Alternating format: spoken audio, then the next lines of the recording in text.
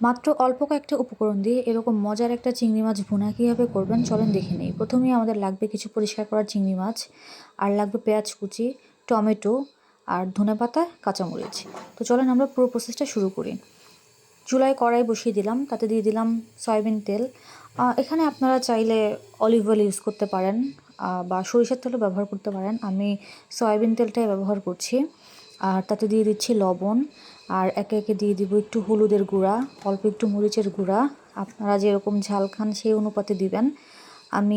আমরা ঝাল মোটামুটিই খাই, তো আমি সেরকমই দিয়েছি। এখানে আরেকটা কথা, আপনারা চাইলে এই হলুদ, লবণ, মরিচ এগুলো মাছের সাথে মাখিয়ে একেবারেও করতে পারেন, কিন্তু আমার কাছে মনে হয় যে এই রান্নাটা এভাবে করলেই ভালো লাগে, তাই আমি এভাবেই করছি। আর তারপর একে একে চিংড়ি মাছগুলো সব দিয়ে দিব। আর আরেকটা বিষয় হলো, চিংড়ি মাছগুলোতে যেন খুব বেশি পানি না থাকে। মাছগুলো ক্লিন করার পর পানিগুলো খুব ভালো করে ঝরিয়ে রাখবেন, তাহলে এই রেসিপিটা খেতে অনেক বেশি ভালো লাগে। তো আমি মাছগুলো দিয়ে একটু হালকা করে নেড়ে নিব। এই তরকারিটায় আমি টোটালি কোনো পানি ব্যবহার করব না। এখানে এই রান্নার মাধ্যমে চিংড়ি থেকে যে পানিটা বের হবে, পুরো প্রসেসটা আমি সেই পানিতেই করব। এখানে অতিরিক্ত যদি কোনো পানি ব্যবহার করি, তাহলে রান্নার যে আসল টেস্টটা সেটা কিন্তু পাওয়া যাবে না।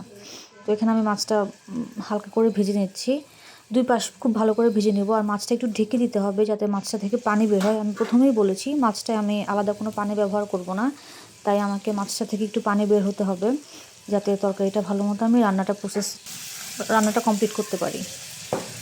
তো এখানে তো মাছটা প্রায় ভাজা ভাজা হয়ে এসেছে। আমি কিছুক্ষণ পরেই মাছের মধ্যে পেঁয়াজ কুচিটা দিয়ে দিব। আমি অনেকগুলো পেঁয়াজ কুচি করে রেখেছি আগে থেকেই। আর এই রান্নাটায় যত বেশি পেঁয়াজ কুচি ব্যবহার করবেন, রান্নাটা কিন্তু তত বেশি মজা হবে। এই যে দেখেন, অলরেডি আমার তরকারিটা থেকে পানি বের হয়ে এসেছে। তো এখনই হচ্ছে পেঁয়াজ দেওয়ার সময়। আর পেঁয়াজটা দেওয়ার আগে অবশ্যই একটু ভালো করে হাত দিয়ে একটু কচলে নিয়ে দিব, তাহলে পেঁয়াজটা সুন্দর মতো সিদ্ধ হবে। রান্নাটা পেঁয়াজটা একটু বেশিই লাগে, আমি প্রথমেই বলেছি। যত বেশি পেঁয়াজটা ব্যবহার করা হবে, রান্নাটা খেতে তত বেশিই ভালো লাগবে। কিন্তু পেঁয়াজগুলো দিয়ে দিলাম। এখন হচ্ছে পেঁয়াজগুলো আমি খুব ভালো করে নেড়ে চেড়ে একটু ভেজে নেব। প্রথমে আমি এটা ঢেকে দিব না, আগে পেঁয়াজগুলো খুব ভালো করে ভেজে নেব আমি, যাতে পেঁয়াজটা সুন্দর করে একটু ভাজা ভাজা হয়। এই তো নেড়ে চেড়ে পেঁয়াজগুলো ভাজার জন্য দিচ্ছি।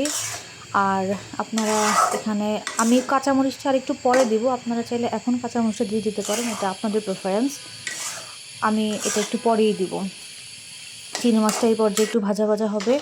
আরেকটা কথা, আপনারা রান্নাটা একটু সময় নিয়ে করবেন, খুব বেশি তাড়াহুড়া করবেন না। রান্নাটা একটু সময় নিয়ে আস্তে ধীরে আমি যেভাবে দেখাচ্ছি, যদি আসল টেস্ট পেতে চান তাহলে ঠিক আমার মতো করে এভাবেই করবেন। যে দেখেন, মাছটা কিন্তু প্রায় ভাজা ভাজা হয়ে এসেছে, আর পেঁয়াজটাও মাখা মাখা হয়ে এসেছে। আর এই কিছুক্ষণের মধ্যেই আমি টমেটো কুচিটা দিয়ে দিব। টমেটো কুচিটা খুব বেশি আগে দিতে যাবেন না, যখন পেঁয়াজটা এরকম মাখা মাখা হয়ে আসবে তারপর হচ্ছে টমেটো কুচিটা দিয়ে দিবেন। আর এরপরে টমেটো কুচিটা সহ তরকারিটা আবার আরেকটু সুন্দর করে ভাজা ভাজা হবে, পেঁয়াজটাও একটু সিদ্ধ হবে, আর টমেটোটাও যেন সুন্দর করে কুক হয়, এটা একটু খেয়াল রাখবেন।